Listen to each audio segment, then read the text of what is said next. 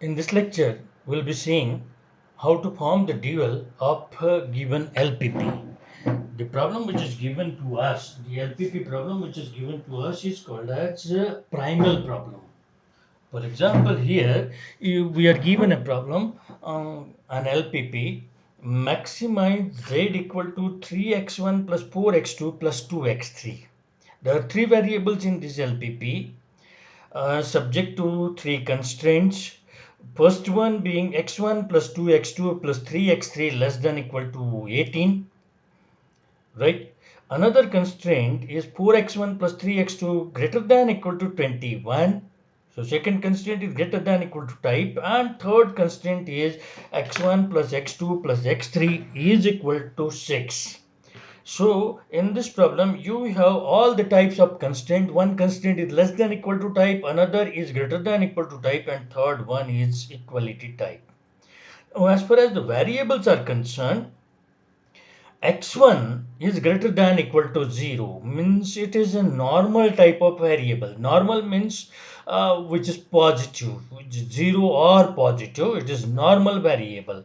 Then x2 variable in this problem is unrestricted. Unrestricted means it is free to take any value, positive, negative, 0, anything. Free variable, unrestricted. And then as far as third variable involved in this problem is concerned, x3 is less than equal to 0 means it is 0 or negative, means it is not normal type of variable. Okay, so as far as variables are concerned, we have decided their nature in form of normal and not normal. If the variable is greater than equal to 0, we call it as normal, and if the variable is less than equal to 0, we call it as not normal. Okay, negative things naturally are not were planned for the need of extending the mathematics. So they are not natural, they are not normal. Normal are positive or 0. Okay, if x1 is greater than equal to 0, we call it as normal, and if it is less than equal to 0, we call it as not normal, right? And if it is unrestricted, then we will be calling it as normal as well as not normal. All right. So the problem which is given to us has three variables with three types of constraints, and all the variables are of different type. One is greater than equal to 0, one is less than equal to 0, and one is unrestricted. This problem is called a primal problem. Primal means our problem, the problem with which we are concerned. Now we are going to form the dual of this problem. We are going to create new problem out of this problem, which will be a transpose of this problem, which will be rotation of this problem. So that problem will be containing the variables different than the variables which exist in this problem. So we will have to first create the set of variables for that problem, and that variables are called as dual variables, right? So here are our dual variables, right? I have taken ahead of each of the constraint, I have written dual variables. In front of this constraint, first constraint, my first dual variable is y1. In front of second it is y2, in front of third it is y3, because my primal problem has the variables in form of x1, x2, x3. Dual variable will be having the variables in form of y1, y2, y3, or m1, m2, m3, something like that, right? So my new problem, dual problem, is going to be in terms of um, y1, y2, and y3, right? So now the new problem which I am going to form has to have the objective function. Variables, I know what are those. Those are y1, y2, y3. Now the objective function, if the objective function for primal is maximization, then from dual it will be minimization. It will be minimized. Here if it is minimized, here it will be maximized. Okay, so it will be reverse of what it is for primal. All right, and objective function, like here it is z, Here it will be z dash because this is another objective function different from this objective function. This, if this is z, this cannot be z. It has to be something other than z. All right. Now, how to build the objective function?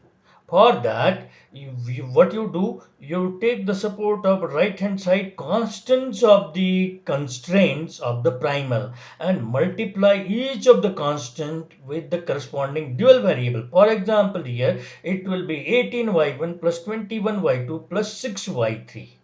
This is to be minimized.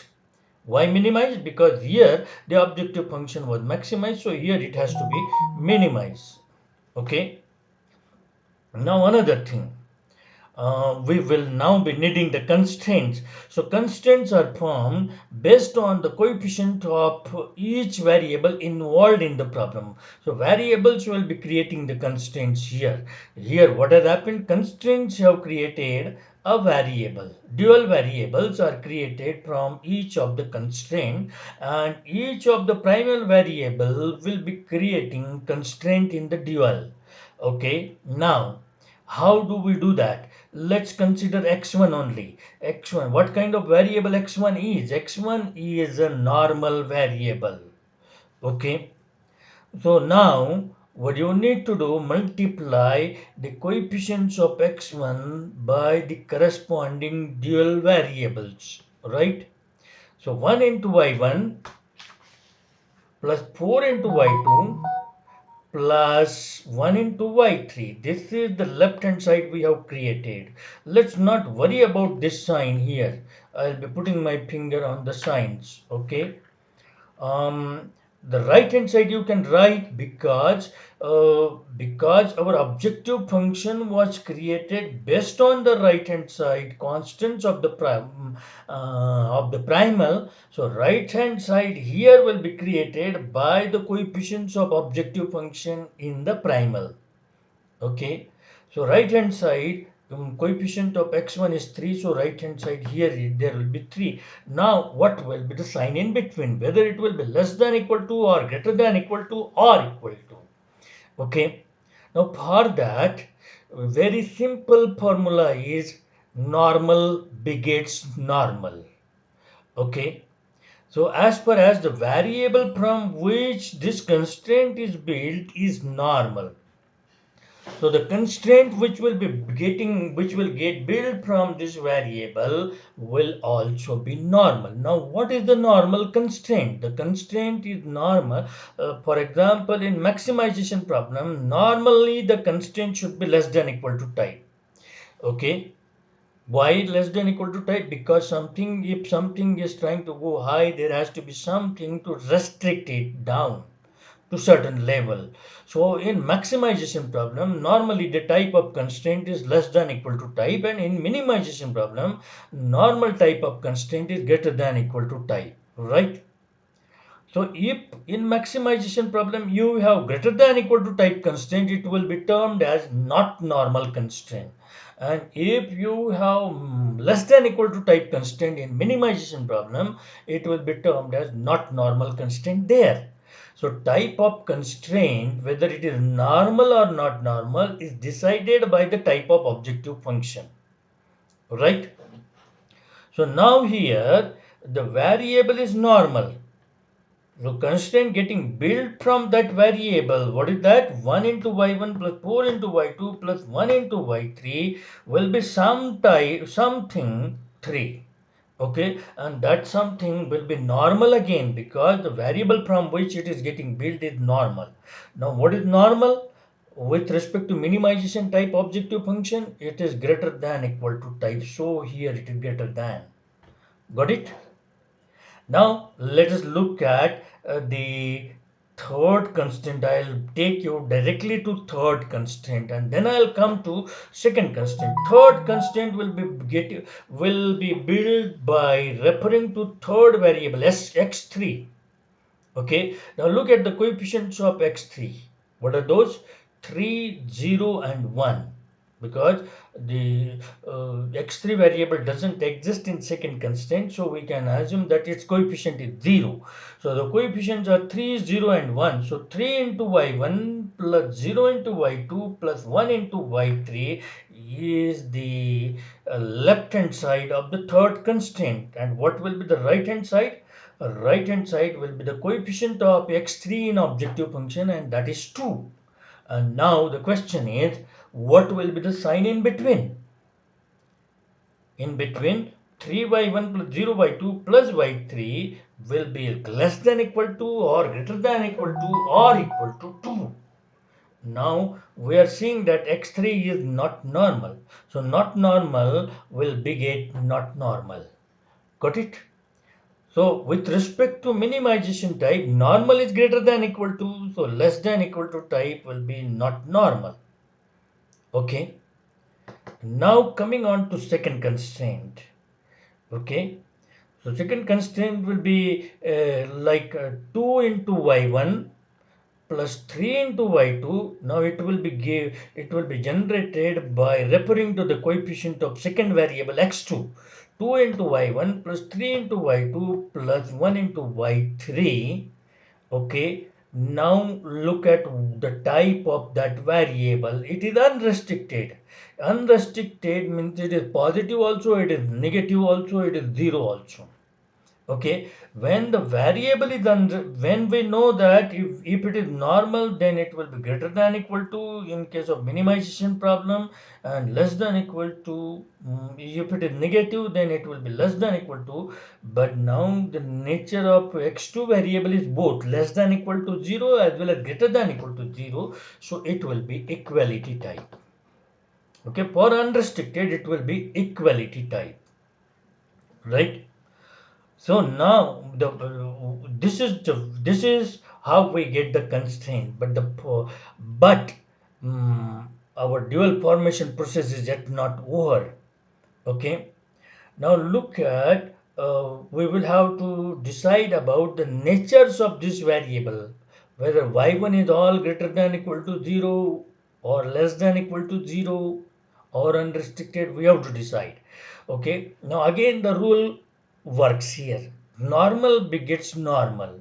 Now y1 is getting generated because of first constraint. Now look at the nature of first constraint. If it is normal, then y1 will also be normal. Is this normal? Its normality will have to be checked through the point of view of objective function. It is maximized. If it is maximized, then if the constraint is less than equal to type in maximization problem, then it is normal. All right. So this is normal, means y1 will be normal. Normal means being greater than equal to 0. So y1 is greater than equal to 0 here. Right. Then coming on to second constraint. Second constraint is generating y2. Okay. Second constraint generates y2. Right. How is second constraint? Second constraint is not normal. Because in maximization case, normal means less than equal to type. Greater than equal to type will not be normal. If this is not normal, y2 also will not be normal, means it will be less than equal to 0. I have written here, if certain variable is less than equal to 0, then it is not normal. If it is greater than equal to 0, it is normal. Okay, it doesn't have to do anything with the type of objective function, but the constraint have to. Okay, right? And now coming on to third constraint. This is equality type of constraint. So y3 we will be writing unrestricted. If there is a constraint of type equality type constraint, then y3 will be uh, y3 will be unrestricted. This completes the formulation. So to help you, you simply remember for maximization problem, less than equal to constraint is normal. For minimization, minimization problem, greater than equal to type constraint is normal. Okay. If xi is greater than equal to 0, then it is normal, irrespective of what is the type of objective function. And if xi is less than equal to 0, then it is not normal. Xi means it could be any variable. It could be yi as well. Okay, and if xi is unrestricted, then it is normal as well as not normal, right? So you now know how to form the dual. Once again, very short, I will be telling you the mechanism of forming the dual. Your objective function has to be reverse of this. This is maximized, so here it will be minimized. Then the objective function is found by 18y1 plus 21y2 plus 6y3. That's here. Then you just switch on to the coefficient of x1, and while you are taking care of coefficient of x1, look at the nature of x1. It is normal, means the constant going to be normal. 1 into y1 plus 4 into y2 plus 1 into y3. Normal means with respect to minimization type, it will be greater than equal to 3. Now x2 unrestricted means second constraint is going to be equality type. You decide it beforehand. Okay, 2y1 plus 3y2 plus y3 will be equal to 4. And third constraint is, third variable is not normal. So the constraint will not be normal. So for minimization, it will be less than equal to, so you know it beforehand, 3y1 plus 0y2 plus 1y3 will have to be less than equal to 2. And the nature of variables you decide here itself. First constraint is normal, so y1 greater than equal to 0, and switch that information here, copy that information here. Second constraint not normal, so y2 less than equal to 0. Third constraint equality type, so y3 unrestricted. This is how you will be forming the dual. Very simple. Okay, but you need to know the concept of what is normal and what is not. We are not forming dual just because we are able to form it. There is some significance to dual, and for understanding that significance, I will take you to the problem of for which we know the situation. Here we were directly given the problem and we have formed the dual of it. Okay, one more thing I need to bring to your notice, that if I form the dual of this problem, okay, for that I'll have to take dual variables here, which I'll be taking as x1, x2, x3, and if I form the dual of this, I'll get back to this same problem. So I can say dual of dual is primal. All right. So now we will be looking at the physical significance of the dual. Okay, here because we were not knowing the physical situation concerned to the primal problem, we cannot comment on the physical significance of the dual. But now I'll be taking you to certain situation, physical situation, we'll be formulating it, we'll be forming the dual of it, and then I'll be telling you the physical significance of the dual. All right. So here we have the transportation problem, right? You will be taught, or you might have been taught, the transportation problem. Okay. So in brief, the problem goes like the transportation problem for minimizing total transportation cost. In this problem, there are three plants and three destinations. The plants has the capacity 70, 80, 90, and destination has requirement 160 and 110. Okay, and all the figures in this matrix indicate the cost per unit of transportation. Our objective is to minimize the total transportation cost. So the variable in this problem is the decision which has to be taken in this situation is the quantity to be transported from plant I to destination J. Okay, quantity to be transported from plant I to destination J, that is we are calling it as Xij. Okay, so we have 9 variables which are represented by Xij, x11, x12, x13, so on up till x33. So our objective function therefore is minimize z equal to total transportation cost, that is 5 into x11 plus 7 into x12 plus 9 into x13 plus 3 into x21 plus 6 into x22 plus 2 into x2 3 plus 8 into x3 1 plus 4 into x3 2 plus 6 into x3 3. Okay, total 9 variables are there in this objective function. Now the constraint. You know there are two types of constraint in transportation problem. One is because of capacity and another type of constraint is because of requirement. Okay, you cannot transport more than the capacity. Okay, like how much you are transporting from S1, x11 plus x12 plus x13 has to be less than equal to 70. That's your first constraint.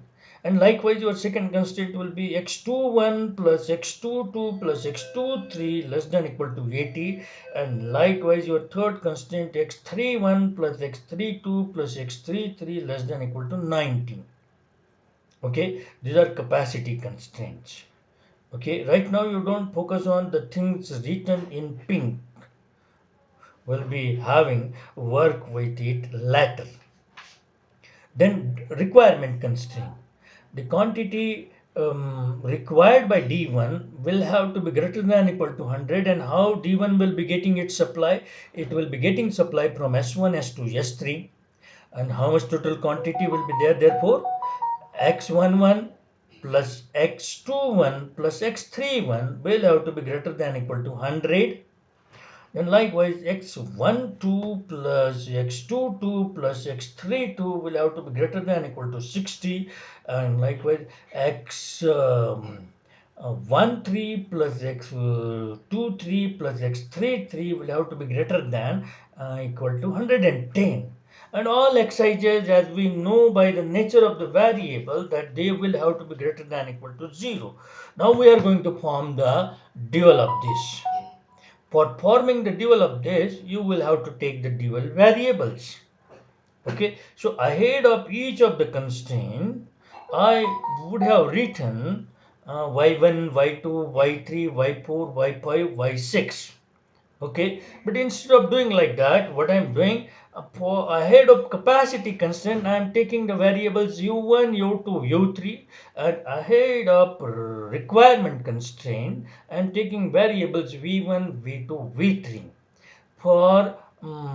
For certain purpose of explanation, I am taking the variables like this. If your purpose only is to form the dual, then you can take the variables y1, y2, y3, y4, y5, y6. But with certain specific intention, I am grouping the variables in two groups, u1, u2, u3, v1, v2, v3. All right.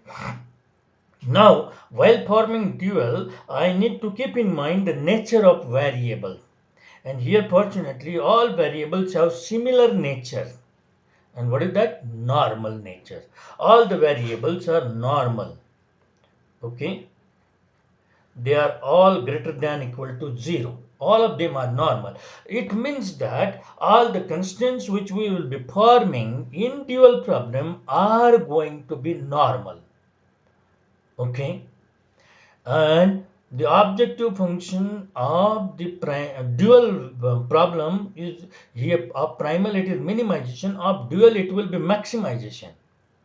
Okay, so that problem is going to be maximization problem, and because that problem is maximization problem, normal type of constraint in maximization problem will be less than equal to. Okay, so all the constraints in that problem will be less than equal to type. Okay, now let us see how we form the dual. Okay, before I put the dual in front of you, just guess what will be the objective function. It will be maximize z dash equal to 70 u1 plus 80 u2 plus 90 u3 plus 100 v1 plus 60 v2 plus 110 v3. Right here it is. Okay, right. You will have to keep the primal in front of your eyes so that you are able to understand the dual. Maximize z dash equal to 70 u1 plus 80 u2 plus 90 u3 plus 100 v1 plus 60 v2 plus 110 v3. Now the constraint. So you will have to take one variable at a time. All right. So x11, for example, if I take, it is present in this constraint, it is not present in second, not present in third, in fourth constraint it is present, then fifth and sixth it is not present. So one thing is very clear, that every variable involved in the primal exists only in two constraints. Okay, by the while you were formulating this problem, you must have noticed this, that every variable will be appearing twice in the constraints. Like x11 appears in first constraint and fourth constraint.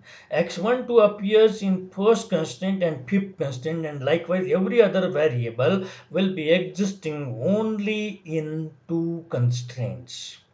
Okay, so now how will I write the constraint which gets generated from x11? It will be coefficient of this x11 1 here, 1 into u1 plus 1 into v1. Okay, now we have already talked that all the constraints will be less than equal to type. So u1 plus v1 less than equal to the coefficient of x1 in objective function 5. Likewise, another constant, if I want to write, it will be corresponding to x12 variable. Okay, so x12 has the coefficient 1 in first constant, so 1 into u1, and 1 coefficient is there in fifth constant. u1 plus v2 will have to be less than equal to 7. So if this way I continue forming the dual, it will take time. But if your intention was to formulate the dual only, you would have done the things like that only. Third constraint also in the same way you would have formulated 1 into u1 plus 1 into v3, u1 plus v3 less than equal to 9. But by now I notice one thing in my mind, and that is, um, if I put ahead of the plants uh, U1, U2, U3, and below the destinations V1, V2, V3. Okay, what is and I want to connect the things which I have already written. U1 plus V1 5. U1 plus V1 should be less than equal to 5. U1 plus V2 should be less than equal to 7. U1 plus V3 should be less than equal to 9. Now that this pattern is confirmed, I can write remaining constraint based on this one. Actually, I am not supposed to do it like that, but because this was the transportation problem, and there is some theory related to this in transportation problem, I am doing the things like this so that you get connected to that part of transportation problem.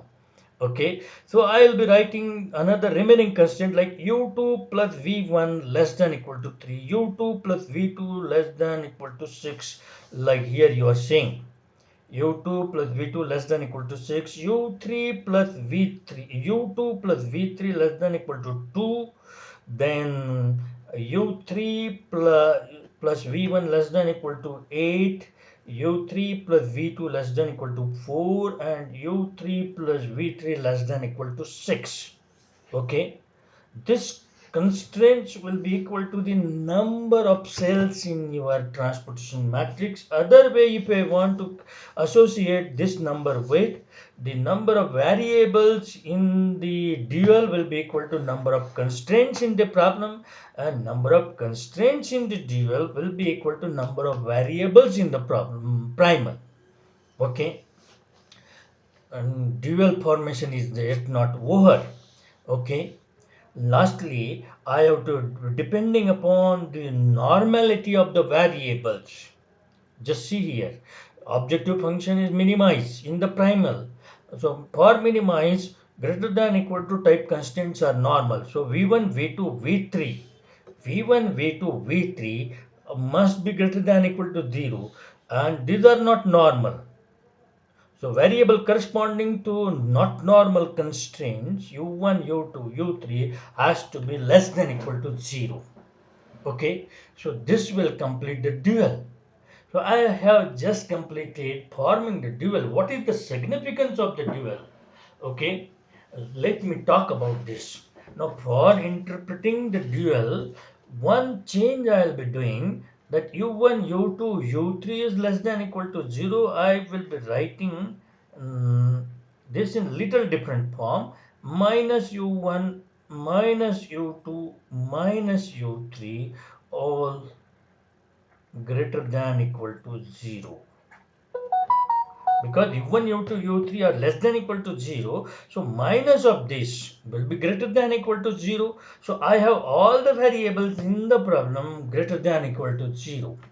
Okay, now I will do the dual formulation through the point of view of interpreting it.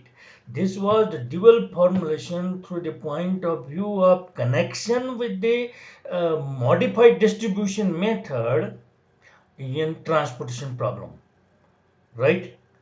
That you might have learned or you will be learning later on. If you learn it later, you connect this thing there, and if you already learned, you connect this thing with that thing which you have already learned.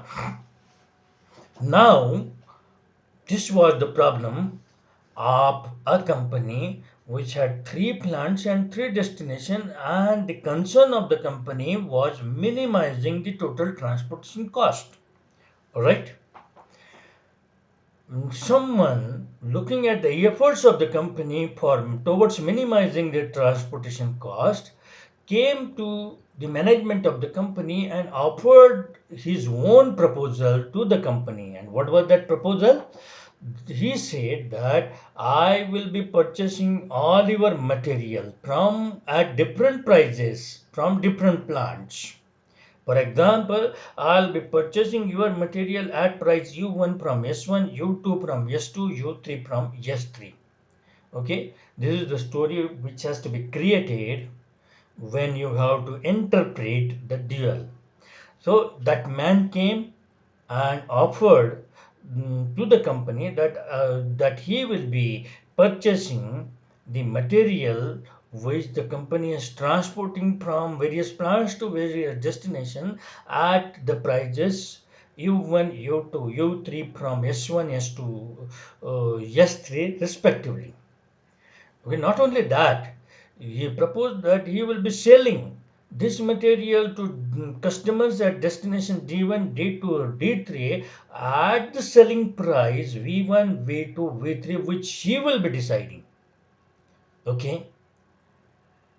So U1, U2, U3 variables in the problem will be standing for the purchase price for that person.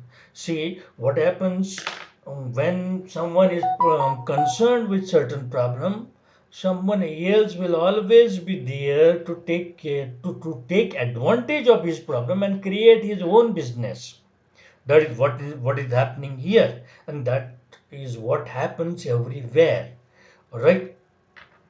So one who will be trying to take advantage of your problem and create his own business is called as dual agency. Okay, so that dual owner will be purchasing the material at prices U1, U2, U3 from S1, S2, S3 and selling at prices V1, V2, V3 um, to D1, D2, D3. All right. Now, in that case, the objective of that person is going to be maximizing the profit. And what will be the profit for him? 100 into V1, first the sales revenue on minus the purchase cost spent. Okay. So what he is earning 100 into V1 plus 60 into V2 plus 110 into V3. This is the sales revenue earned. Okay, he is yet to decide about V1, V2, V3. U1, U2, U3. So sales revenue earned will be 100 V1 plus 60 V2 plus 110 V3 minus purchase price. Okay, how much it will be? 70 U1 plus 80 U2 plus 90 U3. This is going to be the total profit for the company. Okay. See how it is. 110 V1 plus 60 V2 plus 110 V3. This is the sales revenue earned, and this is the money gone to plant S1, S2, S3 from the dual. How much it is? 70 U1 plus 80 U2 plus 90 U3. This is the profit which is to be maximized. Then why the constraint? Okay, one thing more I need to tell you while physically while interpreting the dual physically, while giving the physical interpretation of the dual, that I have changed the nature of variable from u1 u2 u3 to minus u1 minus u2 to minus u3. Okay, so you may consider all these constraints, this constraint like those are, but the variables now I'll be considering as minus u1 minus u2 minus u3 in favor of this problem. For this problem I don't need to do that. Okay, for this part I don't need to do that. This part deals with Moody connection.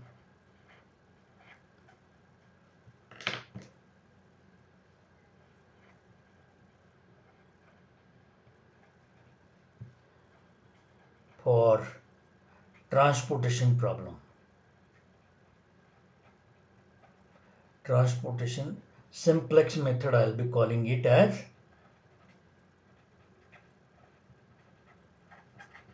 Okay, so if you are not looking at this problem and you are looking at physical interpretation of the dual, then what you will be doing, you will be taking these variables as minus u1 minus u2 minus u3, and therefore your objective function that way will be becoming 100 v1 plus 60 v2 plus 110 v3 minus 70 u1 minus 80 u3 u2 minus 90 u3. That is the way this objective function is. Now first constant, if you want to write, what it will be? V1 minus U1. V1 minus U1 will have to be less than equal to 5, because these variables I am going to take minus U1 minus U2 minus U3, so that I can say about all the variables that they are greater than equal to 0. Alright. So I will be writing u1 v1 minus u1, like I have written here, v1 minus u1 less than equal to 5. Likewise, v1 minus u2, I am now concerned with x21 variable. v1 minus u2, v1 minus u2, now what is the variable I am concerned with? x21. x21, where is x21? Here, its coefficient is 3. So v1 minus u2 less than equal to 3. Likewise, v1 minus u3 will be less than equal to 8. So all in all, what I am doing is u1 minus v1 less than equal to 5, u1 minus v2 less than equal to 7, u1 minus v3 less than equal to 9, u2 minus v1 less than equal to 3, u2 minus v2 less than equal to 6. This way I can write all the constraints. And now why v1 minus u1 should be less than equal to 5 is the question. Okay.